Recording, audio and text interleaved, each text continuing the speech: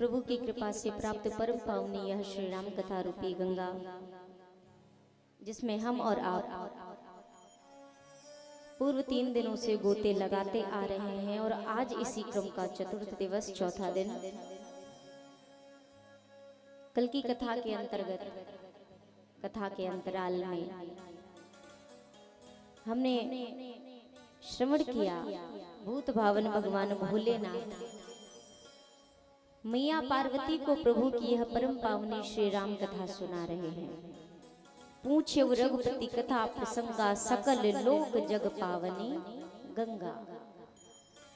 समस्त संसार को, त्रैलोक्य को पावन करने वाली यह प्रभु की परम पावनी श्री राम कथा रूपी गंगा है।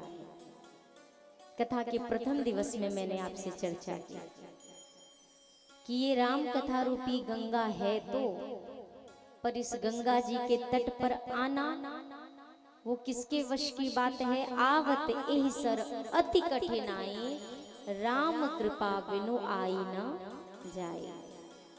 गंगा मैया बह तो रही है, पर इनके तट तक वही आ सकता है जिन पर मेरे सरकार की कृपा होगी, जिन पर मेरे ठाकुर जी की कृपा होगी।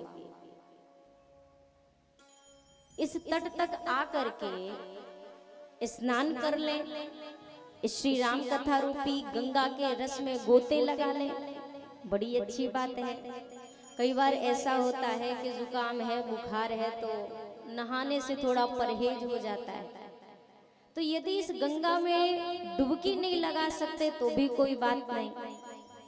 जब किसी पवित्र तीर्थ स्थली पर हम जाते हैं तो यदि नहाने की इच्छा ना हो या नहाने की कोई समुचित व्यवस्था यदि समझ ना आए तो हम क्या करते हैं, उस जल के कुछ बूंद को अपने सर पर छींटे डाल लेते हैं, जिसको मथवान करना कहते हैं। उसका भी उतना ही पुण्य फल कहा जाता है जितना स्नान करने का फल होता है, उतना ही फल मिलता है उस कुछ बूंदों को अपने शीश पर धारण कर लेने से। मेरे गोस्वामी जी महाराज भी सत्संग के विषय में यही बात कहते हैं, सत्संग कर लो भैया, प्रभु के नाम की चर्चा कर लो, प्रभु के विषय में चर्चा कर लो, प्रभु की कथा सुन लो, कह लो। हम आप कहेंगे फुर्सत इतनी कहाँ है कि हम बैठ के राम कथा सुने या कहें या चर्चा करें, मौका ही नहीं है। गोस्वामी जी कहते हैं एक घड़ी का मौका है क्या आपके पास? आप कहेंगे ना ना ना ना, एक घड़ी भी नहीं है। गोस्वामी जी ने कहा आधी घड़ी है क्या? सामने वाले ने कहा आधी घड़ी भी नहीं है। और कोई उपाय हो तो बताइए। मेरे गोस्वामी जी महाराज ने और सरल कर दिया, और क्या कहा, एक घड़ी आधी घड़ी आधिव पे पुनिया, एक घड़ी आधी घड़ी आधी में पुनिया, एक घड़ी आधी घड़ी आधिव पे पुनिया,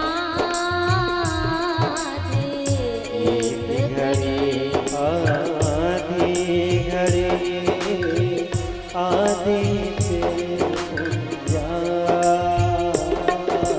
तुलसी चर्चा राम की कट कोटि अपराध,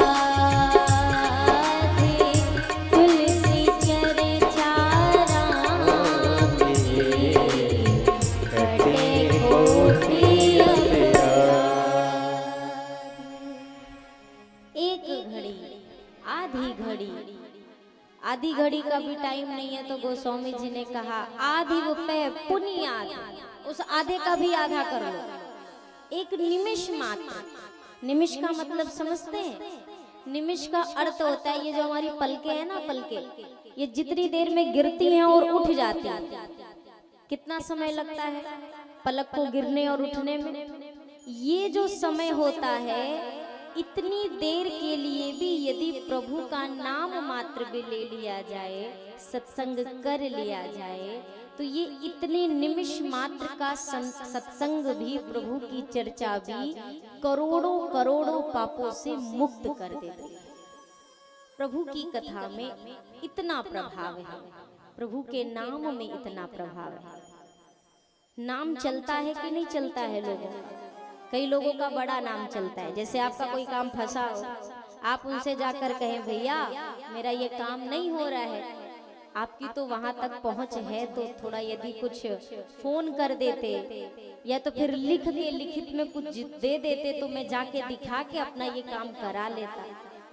सामने वाला कहेगा अच्छा उस जगह की बात है, अरे हमारा नाम भर वहां जाके ले देना, तुम्हारा काम हो जाएगा। अक्सर ऐसा होता है कि नहीं होता है कि मेरा नाम बस ले देना, नाम बता दोगे वो तुम्हारा काम कर देंगे, कह देना फला भाई साहब ने भेजा, आपका काम हो जाएगा। सोचिए नाम में इतना सामर्थ्य है कि एक संसारिक छोटा सा व्यक्ति है, उसका नाम जब काम बना सकता है तो प्रभु का नाम तो पूरे जगत में सबसे पावन नाम है। पूरे संसार का सार बसता है इस नाम में। इस नाम को लेने से क्या हमारा आपका उद्धार नहीं होगा? अवश्य होगा। पहले नाम लेंगे तब ना होगा। राम राम कहने में भी तो बड़ी मुसीबत है, उतना कहने के लिए भी फुर्सत ही नहीं मिलती है, छुट्टी ही नहीं। देखो भैया, मैं कथा के दौरान कभी नहीं कहती कि सारा काम काज ठप करके जब राम राम करोगे तब भगवान जल्दी सुन लेंगे। सब कुछ छोड़ने के बाद भी यदि यहाँ से आपके हृदय में उसके लिए प्रेम नहीं है तो सब कुछ छोड़ करके भी उसको नहीं पा पाएंगे। और यदि यहाँ पे प्रेम है ना, आप सारा काम अपना करते रहो, सब कुछ करते रहो, लेकिन उसके बाद भी यदि यहाँ से प्रेम है और यहाँ से प्रभु का नाम निकल रहा है तो आप उससे दूर नहीं, दूर रहकर भी बहुत पास हो। एक बार नारद जी ने भगवान से एक सवाल किया, प्रभु पृथ्वी लोक पर आपका सबसे बड़ा भगत कौन है? आप सबसे बड़ा भक्त किसे मानते हैं? आपकी दृष्टि से पृथ्वी लोक में हो या देवलोक में हो, आप किसको सबसे बड़ा भक्त मानते हैं? नारद जी को लग रहा था कि मैं तो 24 घंटे नारायण नारायण करता रहता हूँ, तो कहीं ना कहीं मेरा नाम जरूर लेंगे ठाकुर जी। भगवान ने क्या किया?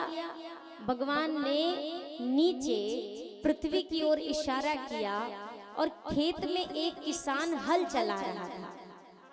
उस हल चलाने वाले किसान की ओर इशारा करके भगवान ने कहा, देवर्षि नारद जी, वो जो हल चला रहा है ना, वो किसान मुझे बड़ा प्यारा है, वो मेरा सबसे बड़ा भक्त है। नारद जी बड़े आश्चर्य में। नारद जी सोचने लगे, लो वीणा लेकर के 24 घंटे राम नारायण नारायण मैं जपूं और सबसे बड़ा भगत कहलाया तो कौन? खेतों में हल जोतने वाला, ये कैसे सबसे बड़ा भगत हो गया? ठाकुर जी ने कहा कि ये सबसे बड़ा भगत है, इस बात को मानिए। नारद जी ने कहा, ऐसे कैसे बड़ा भगत हो गया प्रभु? वो ऐसा कौन सा भजन करता है जो मैं नहीं कर सकता? ठाकुर जी ने कहा, नारद जी एक काम करिए, एक कटोरे में, एक पात्र में नारद जी को कहा कि जल भर के लाइए। जल भरा गया पात्र में। नारद जी से कहा, नारद जी अब जा करके 4-5 परिक्रमा ये आसपास के क्षेत्र की लगाइए, पर ध्यान रखिएगा कि ये जो कटोरे में जल है, पानी है ना, इसकी एक बूंद भी धरती पे गिरने ना पाए। अब नारद जी वो पात्र लेके लगे, परिक्रमा शुरू किया। अब एक बार तो जब परिक्रमा शुरू करी तो कहे नारायण नारायण, और जैसे ही आगे बढ़े कटोरे में पूरा जल भरा हुआ है, फिर बीच में कहे गिर ना जाए, गिर ना जाए, गिर ना जाए। आधे में नारायण, आधे में गिर ना जाए। और जब 4-5 चक्कर लगे, भगवान ने पूछा कितना भजन हुआ, कितना भजन हुआ? नारद जी ने कहा, सरकार कहाँ से भजन करते, पूरा पानी भर के कटोरा हाथ में पकड़ा दिया और गिर जाता तो सारा ध्यान तो इसी पे लगा रह गया कि कहीं गिर ना जाए। इस चक्कर में भजन तो हो ही नहीं पाया। ठाकुर जी ने कहा इसीलिए मैंने कहा कि वो मेरा सबसे बड़ा भगत है। आप उसको गौर से देखो, वो अपने खेत में है, बीज भी डाल रहा है, हल भी चलाता है, पानी भी डालता है, खाद भी डालता है, घर भी जाता है, सारा काम करता है, पूरी जिम्मेदारी निभाता है, पर मुख में उसके सदैव मेरा नाम होता है। वो काम भी नहीं छोड़ता और मेरा नाम भी नहीं छोड़ता, इसलिए वो मुझे प्यारा है। तो भैया यदि कोई, जैसे दो रास्ते होते हैं, एक होता है बाईपास हाईवे का रोड होता है और एक होता है सड़क जो बाजार से होकर गुजरती है। हाईवे से होकर के गुजर जाने में ये कोई बहुत बड़ी, मतलब यदि ये कह ले कि बहुत बड़ी वैसी सफलता की बात नहीं है। क्यों? क्योंकि उधर का रास्ता तो खाली ही रहता है, वो तो खाली ही रहता है। ज्यादातर लोग हाईवे पसंद करते हैं कि खुला खुला सा रोड मिलेगा, जल्दी पहुंच जाएंगे। लेकिन महानता किसमें है कि यदि भीड़ भरे बाजार में से गुजरते हुए अपनी मंजिल को आप जा रहे हो, धीरे धीरे भले ही एक कदम सही बढ़ा रहे हो, लेकिन सारे बाजार की भीड़ को चीरते हुए, छोड़ते हुए जब आप उस तक पहुंचते हो ना, तो आपका वो एक पल का भजन भी बहुत महत्व रखता है। कोई संसार से सब कुछ जो मुंह मोड़ चुका हो, जो सब कुछ त्याग चुका हो, वो भजन करे 2 घंटे 4 घंटे। और यदि आप गृहस्थ आश्रम में हैं, आपके ऊपर घर का बार है, संभार है, आप यदि 5 मिनट भी कर लो ना, तो आपका 5 मिनट का भजन उनके 4 घंटे की बराबरी कर लेगा, क्योंकि आपके ऊपर जिम्मेदारियां हैं और आप उन सारे काम को करते हुए प्रभु का नाम ले रहे हो। इसीलिए आप ज्यादा सरकार को प्यारे हो जाओगे। भगवान, जब कोई इंसान दुनिया छोड़ देता है तो क्या कहते हैं? भगवान को क्या हो गया?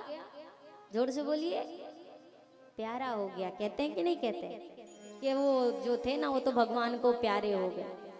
एक बात बताइए, मरने के बाद तो सारी दुनिया ही भगवान को प्यारी होती है। अरे अच्छी बात तो तब होगी जब जीते जी भगवान के प्यारे बने, तब कोई बड़ी बात है। मरने के बाद प्यारे बने भी तो क्या बने, हमें क्या पता चलेगा कि हम प्यारे बने कि न्यारे बने। जीते जी जो भगवान का प्यारा बन जाए मेरे भाई, तो कुछ बात बनेगी, तो कुछ सफलता है। सरकार से बस एक निवेदन करिए, ज्यादा कुछ नहीं चाहिए, अपने दरबार में रख लो, अपने पास। ठाकुर जी कहे कि भाई दरबार में रखने के लिए ऐसी तो कोई पोस्ट मेरे पास खाली ही नहीं है, कौन सी जगह पे आपको नौकरी दूं। ठाकुर जी से कहिए कि सरकार ज्यादा कुछ नहीं तो बस एक काम ये करिए, नौकर ही रख लो अपने द्वार पे।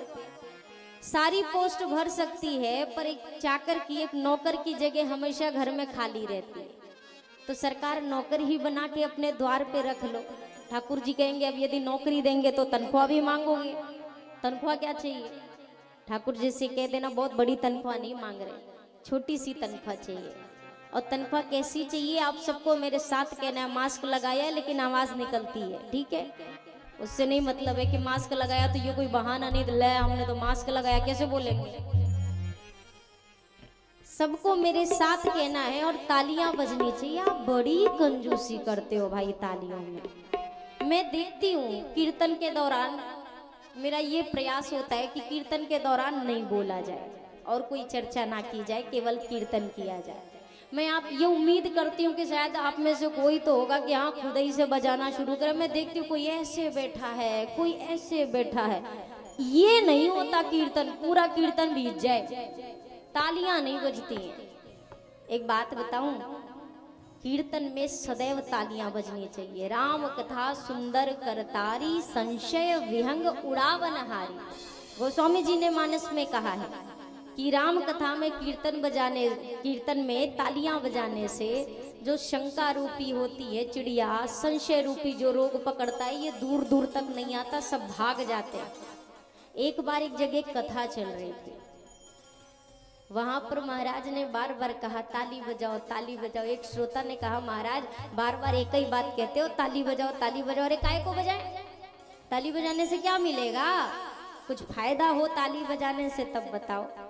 हम दुनिया वाले ना बिना फायदे के कुछ नहीं करते, कुछ भी नहीं करते। संत भगवान ने कहा, महाराज जी ने, देखो भैया, ताली बजाने से हमारे सिर का पाप उतर जाता है। क्या होता है ताली बजाने से? जोर से बोलिए, हमारे सिर का पाप। महाराज जी ने कहा बैठ जाओ। श्रोता ने कहा नहीं नहीं महाराज, एक सवाल और है। आपने ये तो बता दिया कि हमारे सिर का पाप उतर गया, पर ये बताओ कि जो हमारे सिर का पाप उतरता है वो उतर के कहाँ जाता है? ये भी एक बड़ा सवाल है कि उतर के जाता कहाँ है। संत ने कहा कि तुम्हारे सिर का पाप तो उतर जाता है जब तुम तालियां बजाते हो, और जो तालियां नहीं बजा रहा होता है तुम्हारे सिर का पाप उतर के उसके सिर पे जाके बैठता है। अब आपस में तय कर लो कि किसको का बढ़ाना है, पाप बढ़ाना है, पुण्य बढ़ाना है। अपना अपना कोटा आप जानो, आपका काम जाने। हमारा काम था बताना। हो बस इतनी तनख्वाह देना, हो बस इतनी तनख्वाह देना कि मुझे मिले तुम्हारा प्यार। अरे नौकर रख ले सांवरे हमको अपने द्वार, नौकर रख ले सांवरे हमको अपने द्वार। अजी चाकर रख ले सांवरे हमको अपने द्वार, चाकर रख ले सांवरे हमको अपने द्वार। बस इतनी तनख्वाह देना, इतनी तनख्वाह देना, बस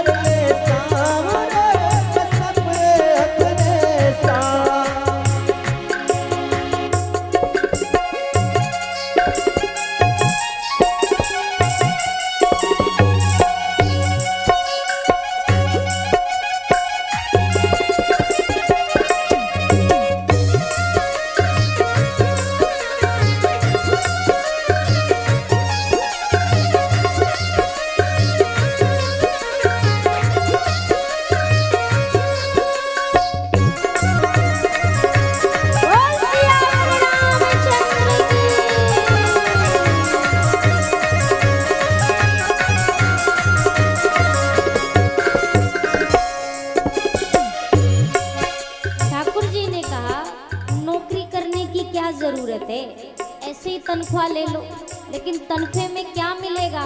धन ले लो, दौलत ले लो, समृद्धि ले लो। यदि ठाकुर जी ऐसा कुछ आपके सामने कहें तो बहक मत जाना कि हाँ हाँ ठीक है धन दे दो बस। ठाकुर जी से कह देना सरकार आपकी माया नहीं चाहिए, मुझे बहलाइए नहीं, थोड़ी सी माया दे करके हमको ना बहलाओ जी, थोड़ी सी माया दे करके हमको ना बहलाओ जी। आज खड़े हैं सामने तेरे कोई हुक्म सुनाओ जी, आज खड़े हैं सामने तेरे कोई हुक्म सुनाओ जी।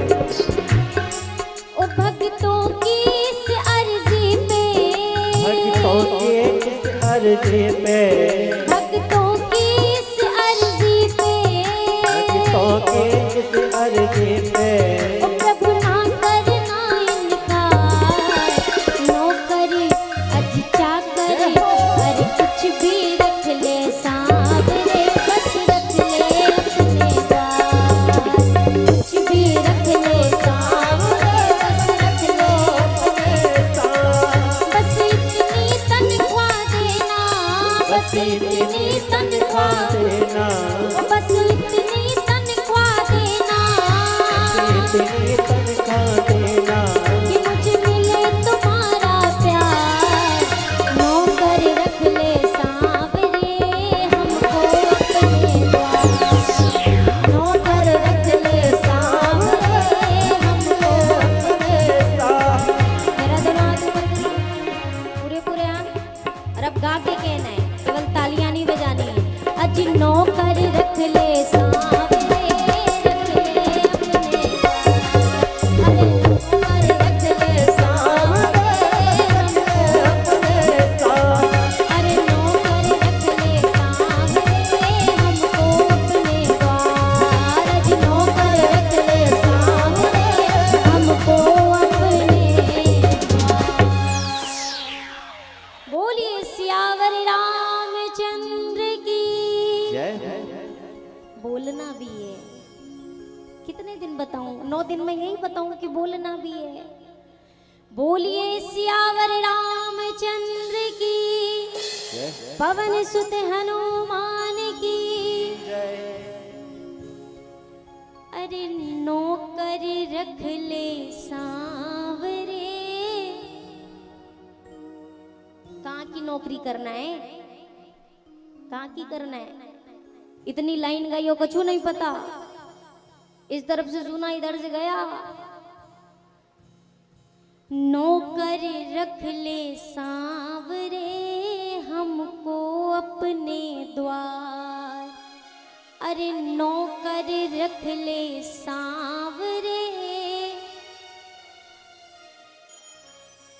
देखो भाई, भगवान के पास ना अपना वो पूरा लेकर कागज वागज लेकर खड़े रहने वालों की कमी नहीं है। सभी लोग अपना ले लेके खड़े हैं कि सरकार हमारे एप्लीकेशन पहले आप स्वीकार करो। भीड़ बहुत ज्यादा है और जिसके यहाँ से आवाज निकलेगी वो पहले पहुंच जाएगा और आप लाइन में पाछे ही खड़े रह जाओगे। इसीलिए अच्छे से बोलिए, जोर से बोलिए। नौकर रख ले सांवरे हमको अपने। पीछे वाले कहाँ जाएंगे मैं नहीं समझ पा रही, बड़ी समस्या है। इतना तो मैं कोरोना से परेशान नहीं हूं जितना 4 दिन में इससे परेशान हो गई, बुलवाते बुलवाते। अरे चाकर रख ले सांवरे हमको अपने, नौकर रख ले सांवरे हमको अपने। संख्या बढ़ रही है, आवाज घट रही है, ये आप क्या कर रहे हो? अरे जितने जन आओ उतने जन तो बोलो भाई। जो घर पे आप उनका क्यों पूरा कर रहे हो खाता कि वो नहीं आए तो फला भाई साहब के लिए हम मौन रहेंगे। सब बोलिए, और जब तक आप बोलेंगे नहीं मैं इसके आगे बढ़ूंगी ही नहीं। ओ बस इतनी तनख्वाह देना कि मुझे मिले तुम्हारा प्यार, बस इतनी तनख्वाह देना कि मुझे मिले तुम्हारा मुझे मिले तुम्हारा, पीछे वाले और इधर के भी पीछे वाले, ये आगे वाले तो सब बोलते हैं, ये पीछे वाले सोचते हैं आगे वाले बोल रहे हैं तो हमारा यहाँ कोई काम नहीं, हम बस बैठने के लिए आराम से आए। कि मुझे मिले तुम्हारा, हमें मिले तुम्हारा, नौकर रख ले सांवरे हमको अपने। आपसे ठीक तो छोटे छोटे बच्चे हैं, कम से कम बोलते हैं तो सुनाई देता है, पता नहीं क्या आप खुद ही बोलते हैं खुद ही सुनते हैं, हमें तो कुछ नहीं सुनाई दिया अभी तक। ठाकुर जी से यही प्रार्थना करनी चाहिए, सरकार ज्यादा कुछ नहीं चाहिए। चाह जो होती है ना, चाह, चाह का मतलब इच्छा, इच्छा का कह लो चाहत, मनोकामना, ये कभी किसी की पूरी हुई है क्या? कभी भी। जैसे आपको यदि आप कहीं गए घूमने, आपको 3000 4000 का कोई पैंट शर्ट पसंद आ जाए, या आप माताओं को कोई अच्छी सी खूबसूरत सी 5000 की साड़ी पसंद आ जाए, उस समय ऐसा लगता है बस ये मिल जाए, इसके बाद फिर मुझे कुछ भी। और सही बताओ, दिल पे हाथ रख के, फिर दिवाली आ जाए या होली आ जाए और 5000 की साड़ी एक बार पहनी, या 5000 का जो भी कपड़ा, फिर भी इधर वाले तो वो कपड़ा रिपीट करके 2 4 10 शादी निपटा लेते हैं, पर इधर दिक्कत ज्यादा ये होती है कि वो फला ने देख लिया है, अब वो ना पहन सकते। सो जो देखा है वो नहीं, अब दूजा चाहिए जो ना देखा हो, तो वो भी तो एक दिन दिख ही जाएगा। जब तक चीज नहीं मिली होती है तब तक लगता है बस ये मिल जाए, बस इसके बाद मुझे कुछ भी नहीं चाहिए। और वो मिली, घर पे आया, और जैसे घर पे आया समझो वो माटी हो गया, आते ही माटी हो गया। वो तभी तक सोना था जब तक दुकान पे था, घर पे आने के बाद फिर वही कुछ नहीं। अब इसके बाद भी अगली इच्छा क्या, कहीं और कुछ देख लिया तो अब ये मिल जाए, इसके बाद फिर ये सिलसिला कभी बंद नहीं होता है, कभी बंद नहीं होता है। एक व्यक्ति, लाल बत्ती जब हो जाती है ट्रैफिक पे, सिग्नल दे देता है, लाल रंग की बत्ती जलने लगती है, तो रेड लाइट होते ही सारी गाड़ियां रुक जाती। रेड लाइट हुई, गाड़ियां रुकी, तो एक कार में व्यक्ति बैठा हुआ था, बढ़िया 10 लाख 15 लाख की उसकी गाड़ी के अंदर बैठा, बढ़िया एसी चल रहा है। लेकिन अब जब खड़ा होना पड़ा, कुछ देर इंतजार करना पड़ा, तो मन ही मन झल्लाया, मन ही मन कहने लगा इससे अच्छा मेरे पास एक अपना हेलीकॉप्टर होता ना, तो बढ़िया यहाँ पट्ट से लिया, वहाँ चट्ट से उतारा, ये ट्रैफिक का झंझट ही खत्म हो जाता। जब देखो तब ट्रैफिक में फंसना पड़ता है। अपना हेलीकॉप्टर होता तो मन मुताबिक जाते, ऊपर तो कोई ट्रैफिक भी नहीं लगता है और रेड लाइट भी नहीं होती है, आराम से पहुंच जाते। अच्छा, उस कार वाले के बगल में एक बाइक वाला था, मोटरसाइकिल वाला।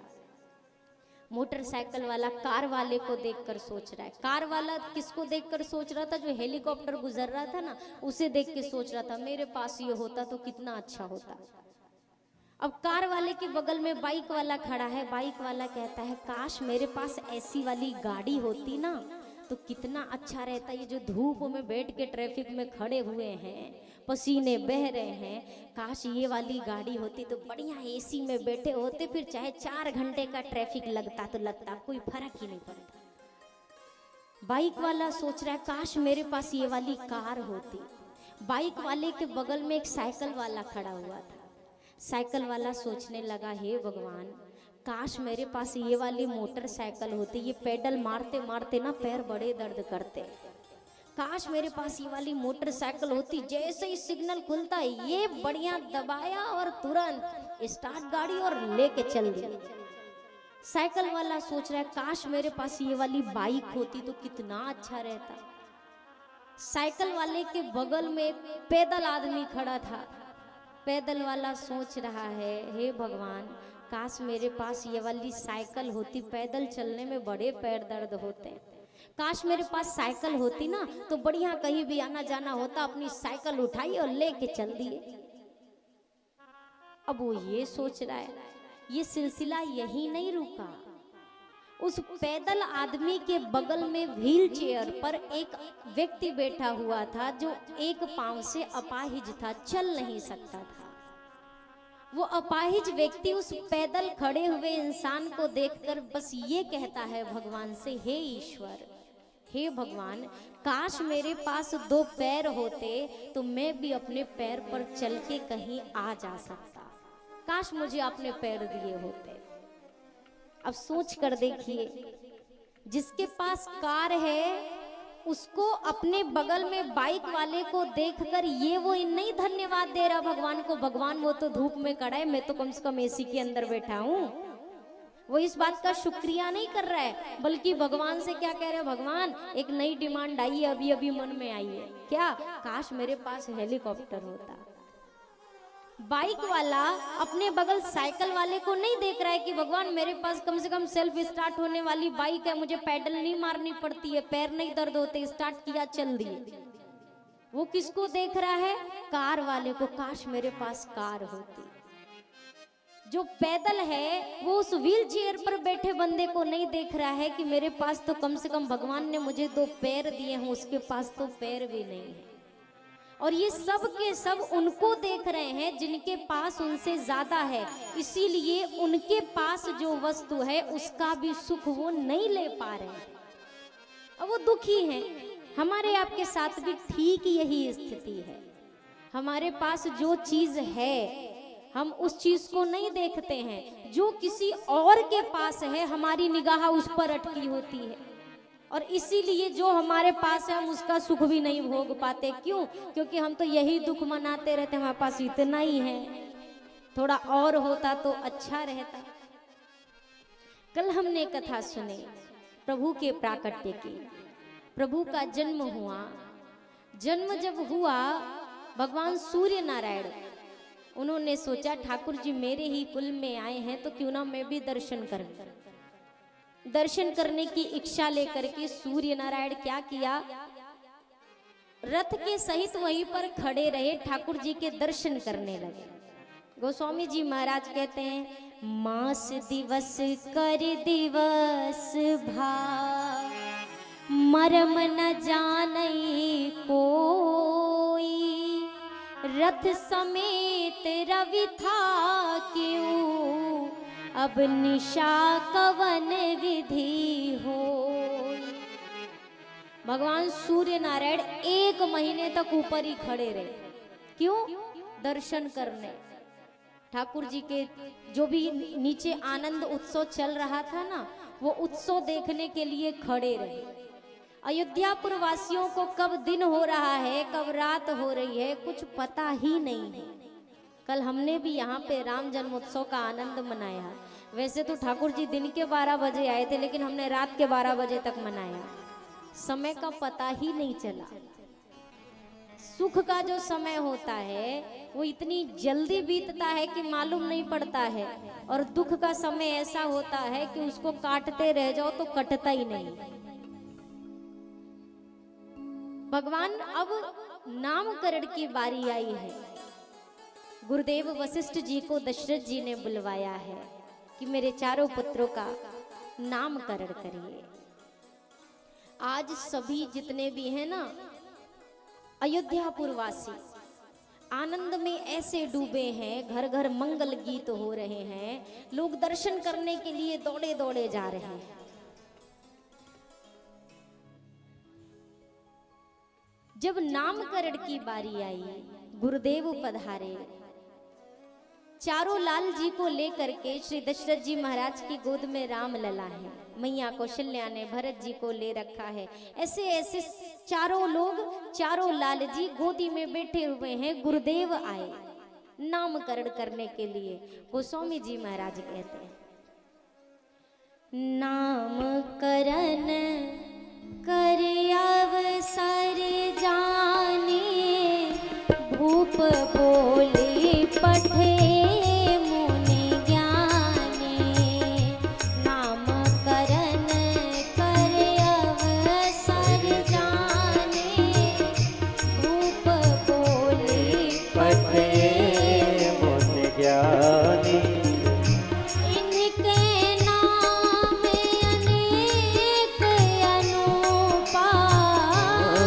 इनके नाम अनेक अनूपा, इनके नाम अनेक अनूपा, इनके नाम अनेक अनूपा।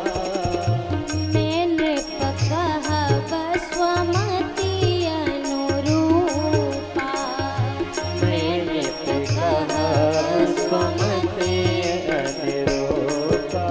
जो आनंद सिंधु सुख राशि, जो आनंद सिंधु सुख राशि, सीकरते त्रैलोक सुपासी, करते त्रिलोक सुपासी। सो सुख धाम राम यस नामा, सो सुख धाम राम से नामा।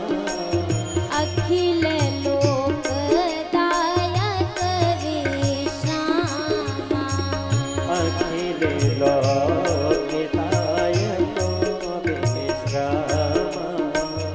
अखिल लोक दायक विश्रामा।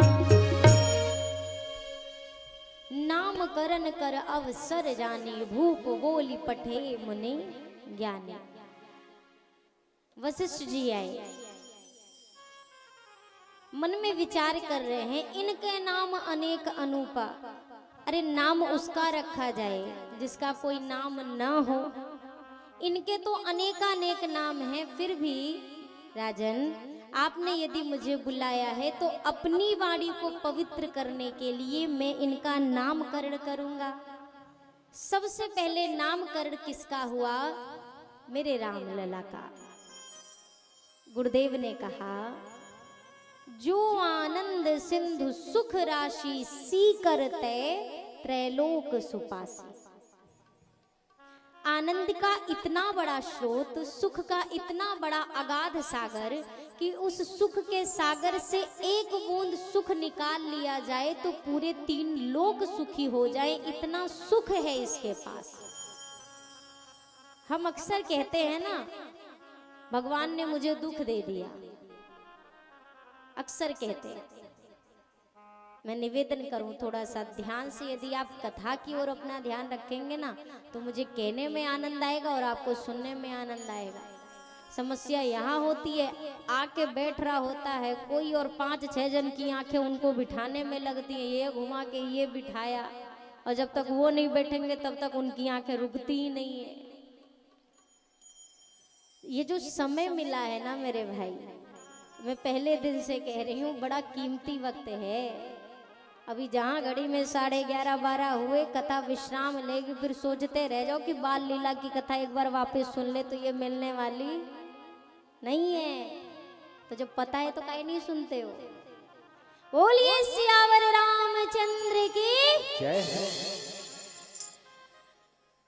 अक्सर हम कहते हैं भगवान ने हमें दुख दे दिया, कहते हैं कि नहीं कहते? जब जीवन में दुख आता है तो कहते हैं ऊपर वाले ने अब गलत कर दिया, क्या कर सकते हैं, भगवान ने दुख दे दिया, क्या कर सकते हैं। एक बात आपसे पूछती हूँ, जैसे यदि मैं आपसे कोई सामान मांगने आऊं और आपके पास वो सामान हो ही ना, तो क्या आप वो सामान मुझे दे सकते हैं? हाँ या ना जोर से बोलिए। क्यों नहीं दे सकते? क्योंकि आपके पास वो सामान है ही नहीं। हम कहते हैं भगवान हमें दुख दे देता है, आप कहते हो भगवान दुख देता है, पर मेरे गोस्वामी जी तो कहते हैं कि जो आनंद सिंधु सुख राशि, ये तो सुख के सागर हैं। तो जब ये सुख के सागर हैं तो इनके पास तो दुख है ही नहीं, और जब इनके पास दुख है ही नहीं तो ये हमें दुख देंगे कैसे? कैसे दुख दे सकते हैं? कभी भी दिन और रात एक साथ हो सकता है क्या? जहर और अमृत एक साथ हो सकता है क्या? इसी प्रकार से सुख और दुख दोनों एक साथ नहीं हो सकते। भगवान के पास केवल सुख ही सुख है, वो सुख के सागर हैं, वो हमें दुख नहीं देते। तो दुख मिलता कैसे है? दुख हमें हमारे कर्मों से मिलता है, हमारे कर्म हमें दुख ही देते हैं। भगवान कभी दुख नहीं देता मेरे भाई, क्योंकि उसके पास तो दुख है ही नहीं। यदि भोजनालय में जाकर यानी कि रेस्टोरेंट में जाकर यदि आप कहो भैया एक विज्ञान की किताब दे दो कक्षा 8 वाली, तो वो रेस्टोरेंट वाला क्या कहेगा, भैया क्या यहाँ पे मतलब यहाँ से क्या ढीले हो, ये भोजनालय है, यहाँ पर भोजन मिलता है, यहाँ किताब नहीं मिलेगी। किताब लेनी है तो पुस्तकालय में जाओ, पुस्तकालय में जाकर कह दो भैया 1 गज जरा कपड़ा दे देना मलमल का मुझे, तो वो क्या कहेगा, भैया ये पुस्तक की दुकान है, यहाँ किताबें मिलेंगी, कॉपी मिलेगा, लेकिन यदि आपको कपड़ा चाहिए ना तो वो आपको वस्त्रालय जाना पड़ेगा। ठीक इसी प्रकार मेरे भाई, मेरे ठाकुर जी के पास दुख जैसा तो कुछ है ही नहीं जो वो आपको दे। वो केवल सुख देते हैं, सुख देने का काम उनका है। और यदि जीवन में दुख मिल रहा है, इसका मतलब ये नहीं कि वो दे रहा है, इसका मतलब ये कि हमारे कर्मों में कमी है, हमारे कर्म हमें दुख देते हैं, भगवान हमें दुख नहीं देता मेरे भाई। भगवान के नाम में बड़ी सामर्थ्य है, छोटा सा ही नाम है। हम सोचते होंगे कि अरे 2 अक्षर का नाम ऐसा क्या कर देगा। इतनी छोटी सी टैबलेट जब खा लेते हैं ना तो कितना भी सर दर्द हो रहा हो, इतनी सी दवा खाओ और पूरे शरीर को राहत मिल जाती है। इतनी छोटी सी दवा इतना भयंकर असर दिखाती है। भगवान के नाम के सामर्थ्य की बात हम कहें, भगवान तो खुद भी अपने नाम की महिमा नहीं जानते हैं कि उनके नाम में कितनी सामर्थ्य है, कितनी महिमा है। राम न सकहि नाम गुण गाई, कहो कहाँ लगी नाम बढ़ाई। प्रभु के नाम की इतनी महिमा है, राम जी खुद नहीं बता सकते। एक बार एक घर था, घर के सारे लोग शादी में चले गए, घर पे एक वृद्ध अकेला बचा। और पहले जमाने की बात तो चोर डकैत तो ऐसे ही घर की तलाश में रहते थे कि कौन सा घर सूना मिले और हम बढ़िया वहां पे अपना हाथ साफ करें। अब यहाँ पर चोरों का समूह पहुंचा, पूरे सरदार के सहित चोर पहुंचे। एक चोर ने कहा, चोरों के सरदार ने चोर से कहा, सुनो इस घर में कोई नहीं है, सब शादी में गए हैं ये तो पता है, लेकिन फिर भी एक बार अपनी सुरक्षा के लिए तय कर लिया जाए कि घर में कोई है कि नहीं। कैसे तय होगा? चोरों के सरदार ने कहा ऐसा करो, एक छोटी सी ईंट ना घर के आंगन में बाहर से ही फेंको, यदि घर में कोई होगा तो कुछ तो खटपट सुनाई देगी, और यदि कोई नहीं होगा तो बस फिर हम अपना काम शुरू करेंगे। जैसे ही ईंट फेंकी, घर के बुजुर्ग समझ गए कि चोर आ चुके हैं, तो अब क्या किया जाए, मैं अकेला हूं, यदि सामना करने जाऊंगा तो एक बार में ही जान ले लेंगे वो मेरी, बराबरी नहीं कर पाऊंगा। तो क्या किया, बुद्धि से काम लिया, झूठ मूठ का ही कुछ बोलना शुरू किया। क्या बोलना शुरू किया? झूठ मूठ के 4-5 नाम बुलाए, बहादुर सिंह, शेर सिंह, अरे बलवान सिंह कहाँ है, और वो पहलवान सिंह को तो जरा बुलाओ, देखो कैसी आवाज आ रही है, और वो बहादुर सिंह कहाँ चला गया, कब से बुला रहा हूँ, शेर सिंह को साथ में लेकर के आओ। इतने सिंह उसने बोले, पहलवान सिंह, बलवान सिंह, शेर सिंह, बलवीर सिंह, इतने सिंहों का नाम जब सुना चोरों ने कहा ये तो नाम ही से बड़े तगड़े तगड़े लग रहे हैं। अभी हम पहुंचे और ये सारे बलवान पहलवान और जितने दलवीर बलवीर हैं कई बार में हम पे टूट पड़े तो हम तो कहीं के नहीं रह जाएंगे। चोर वापस उल्टे पांव लौट के भाग गए। अब सोच कर देखिए, जब झूठे नाम ने, ये चंद झूठे नाम थे, इन झूठे नामों का इतना असर हुआ कि सच्चे के चोर भाग गए। तो जब भगवान का सच्चा नाम लेंगे तो क्या ये दुख रूपी, ईर्ष्या रूपी, काम क्रोध लोभ मोह रूपी ये झूठे मूठे, ये छोटे मोटे चोर नहीं भागेंगे? जब झूठा नाम सच्चे चोरों को भगा सकता है तो भगवान का सच्चा नाम भी जीवन से बड़े दुख को भगा सकता है। बस विश्वास के साथ लेते तो रहिए, विश्वास के साथ जपते तो रहिए। नामकरण हुआ, मेरे कबीरदास जी कहते हैं भैया बुढ़ापे का इंतजार मत करो, अभी कर लो। क्यों? अरे बुढ़ापे में अपना शरीर साथ ही नहीं देगा तो भजन कहाँ से करेंगे, कहाँ से करेंगे। राम भजो बाबा, अरे राम भजो बाबा तेरी देहिया बुढ़ानी, राम भजो बाबा तेरी देहिया बुढ़ानी, राम भजो बाबा तेरी देहिया बुढ़ानी, राम भजो बाबा तेरी देहिया बुढ़ानी, राम भजो बाबा।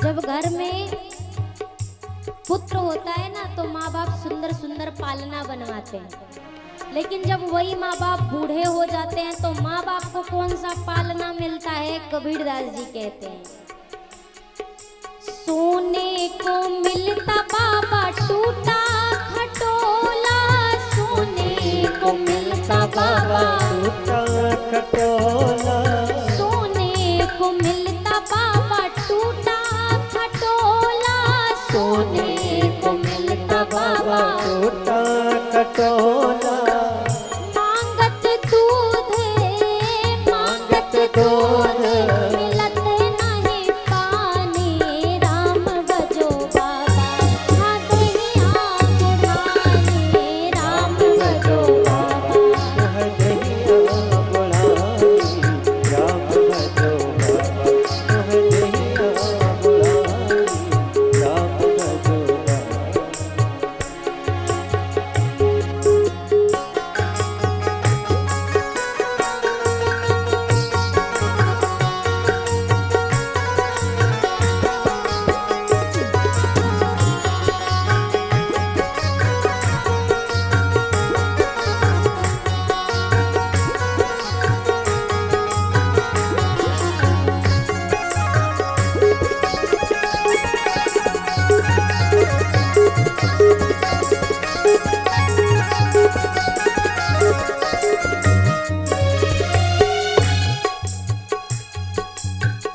नाती पोतों से सबको बड़ा मोह होता है कि नहीं होता? जब बूढ़े हो जाते हैं ना बाबा तो अब माता पिता क्या करते हैं, अक्सर जब बड़े बुजुर्ग यदि पलंग पे पड़े हैं और आवाज लगाते हैं तो माँ बाप खुद ना जाके बच्चे को भेज देते, जा देख क्या तो बेटा दादाजी क्या कह रहे, जा जा जा जा सुन क्या तो।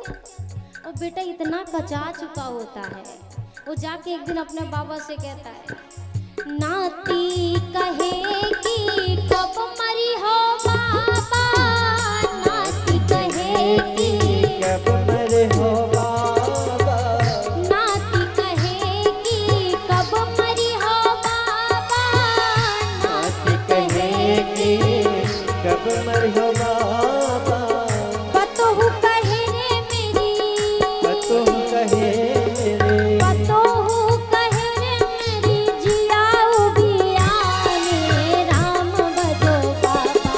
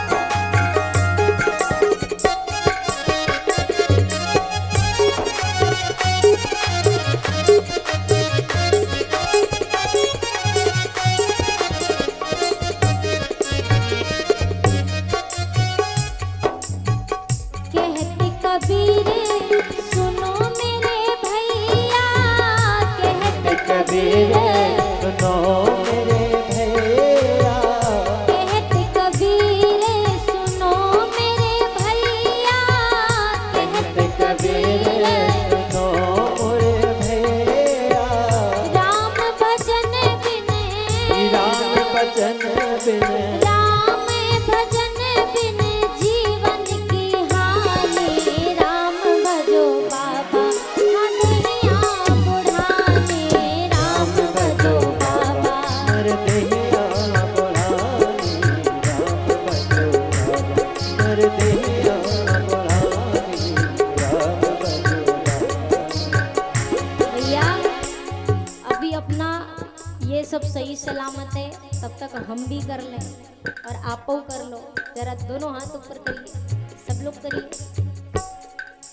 राम भजो बाबा तेरी देहिया बुढ़ानी, राम भजो बाबा मर तेरी, देहिया बुढ़ानी, राम भजो बाबा तेरी देहिया बुढ़ानी, राम भजो बाबा तेरी, राम भजो बाबा तेरी देहिया बुढ़ानी, राम भजो बाबा।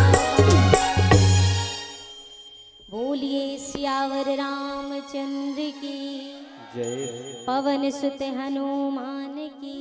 जय। आपके जयकारे की कंजूसी देख के ना मुझे कंजूस की कथा याद आ गई। एक सेठ जी थे, नाम था उनका दानी चंद। नाम दानी चंद था लेकिन एकदम विपरीत स्वभाव था। अब समझ जाइए, नाम दानी चंद था लेकिन अपने नाम के उल्टा व्यक्ति थे। अब वो कौन से चंद थे आप सोच लो। कभी एक पैसा भी उन्होंने, एक ढेला भी दान नहीं किया था, कभी नहीं किया था जीवन में। एक बार पत्नी ने जबरदस्ती कह कह के कि घर से 12-13 किलोमीटर पे गंगा मैया बहती हैं। अरे महाराज, एक बार कम से कम गंगा मैया में नहाए तो आओ, जो भी तनिक मुनिक पाप भी कट जाए तो उद्धार हो जाएगा। आज तक ना दान दिया, ना कोई अच्छा काम किया, एक पैसे का दान नहीं दिया। अरे गंगा मैया में नहाए आओ कम से कम। पत्नी को इसीलिए धर्म पत्नी कहते हैं, क्योंकि पत्नी अक्सर धर्म की ओर प्रेरित करती है, इसीलिए धर्म पत्नी कहलाती है। अब ऐसा नहीं कि आप धर्म पति नहीं हो, आप भी हो, लेकिन अब शास्त्रों ने धर्म पत्नी कहा तो अब हम उसमें क्या कर सकते हैं। दानी चंद को पत्नी ने कह के भेजा कि जाओ गंगा जी नहाओ। अब वो पहुंचा गंगा जी। अब उन्होंने सोचा, दानी चंद ने, ध्यान से सुनिएगा सब लोग। दानी चंद ने सोचा, यदि स्नान घाट पे जाएंगे, स्नान घाट मतलब जहाँ सब नहाते हैं, यदि स्नान घाट पे जाएंगे तो वहाँ पे पंडा जी मिलेंगे, और पंडा जी मिलेंगे तो कछु ना कछु संकल्प करा लेंगे और हमें दान देना पड़ जाएगा। इसीलिए वो स्नान घाट पे नहाने नहीं गए, वो शमशान घाट पे नहाने गए कि यहाँ पे कोई दान दक्षिणा लेने वाला नहीं आएगा। पहुंचे शमशान घाट। अच्छा, ठाकुर जी भी कभी कभी ना, भगवान भी जैसे कभी कभी पिता अपने बच्चों के साथ लुका छिपी नहीं खेलते। भगवान ने, आज भगवान की इच्छा हुई, नारद जी ने कहा, भगवान ठाकुर जी ये जो आदमी है ना, यदि इससे एक ढेला भी कोई निकलवा लेना तो बहुत बड़ी बात हो जाएगी, परम कंजूस आदमी है। भगवान ने कहा ऐसी बात है तो आज हम इससे एक ढेला निकलवा के रहेंगे। पहले के जमाने में ढेले की रकम चलती थी, एक ढेला बोलते थे। भगवान ने कहा आज इससे एक ढेला निकलवा के रहूंगा मैं। अब सेठ जी ने आजू देखा बाजू देखा कि कोई है तो नहीं, कि कोई ना हो, बस झटपट जाए, डुबकी मारे, कपड़ा पहने, सरपट घर वापस, दान दक्षिणा का कोई झंझट ही ना फंसे। अब इधर ये डुबकी लगाने गंगा मैया में इधर उतरे और डुबकी मारी। इधर भगवान ने क्या किया, ब्राह्मण का, पंडा जी का वेश बनाया और घाट पे आके खड़े हो गए। अब जैसे ही निकले सेठ जी डुबकी लगा के बाहर, ठाकुर जी ने कहा जय हो जजमान की। सेठ जी ने कहा हाय रे किस्मत, मतलब शमशानों घाट में पीछा नहीं छोड़ा। हम तो सोचे यहाँ नहाएंगे तो कोई नहीं आएगा, ये पंडा जी शमशान घाट में बैठ। पंडा जी से कहा अरे आप शमशान घाट में क्या कर रहे हैं? ठाकुर जी ने कहा देखिए हम बड़े संतोषी ब्राह्मण हैं, हम ज्यादा दान दक्षिणा नहीं लेते। आप ही के जैसे कोई सज्जन आ जाते हैं कभी कभार, तो कभी कभी तो साल साल भर के अन्न धन की व्यवस्था करके चले जाते हैं। दानी चंद के तो प्राण सूख गए सुनते ही। साल भर के अन्न की कौन कहे, वो तो एक धेला दे दे तो उसके प्राण निकल के उसके हाथ में चले आए। ठाकुर जी ने कहा आज आप हमारे पहले जजमान हैं, चलिए संकल्प करिए। दानी चंद ने सोचा फंस तो गए हैं, अब करें तो क्या करें। दानी चंद ने कैसो कैसो दिल पे पत्थर रख के एक धेले का संकल्प ले लिया। ठाकुर जी ने कहा लाइए जजमान हमारी दक्षिणा दीजिए। दानी चंद ने कहा संकल्प तो ले लिया, पर पंडा जी बात ऐसी है कि हम घर से कछु लेके नहीं चले थे, तो ये उधार कर लो, कभी और आएंगे ना नहाने तो दे देंगे।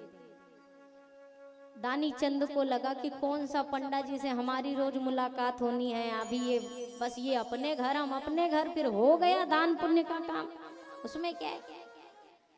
दानी चंद घर चला गया, सोचा पंडा जी से पीछा छूट गया, अब भगवान तो परीक्षा लेने आए थे। अब दानी चंद घर पहुंचा, पीछे पीछे भगवान पहुंच गए। घर में जाकर आवाज लगाई सेठ जी, अरे जजमान जी बाहर तो आइए। सिठानी जी निकली। सिठानी जी से भगवान ने पूछा सेठ जी हैं का। सिठानी ने अंदर जाके सेठ जी से कहा कोई पंडा जी खड़े हैं। सेठ ने कहा हाय राम, ये यहाँ तक आ गया। सेठ जी ने सिठानी से कहा जाकर पंडा जी से कह दो कि सेठ जी गंगा मैया नहा के आए ना, सो बीमार पड़ गए हैं, कि तो बीमार हो गए हैं, आराम कर रहे हैं। अरे जब बीमार जानेंगे तो लौट जाएंगे अपने घर। सिठानी ने जाकर कहा सेठ पंडा जी, वो हमारे जो स्वामी है ना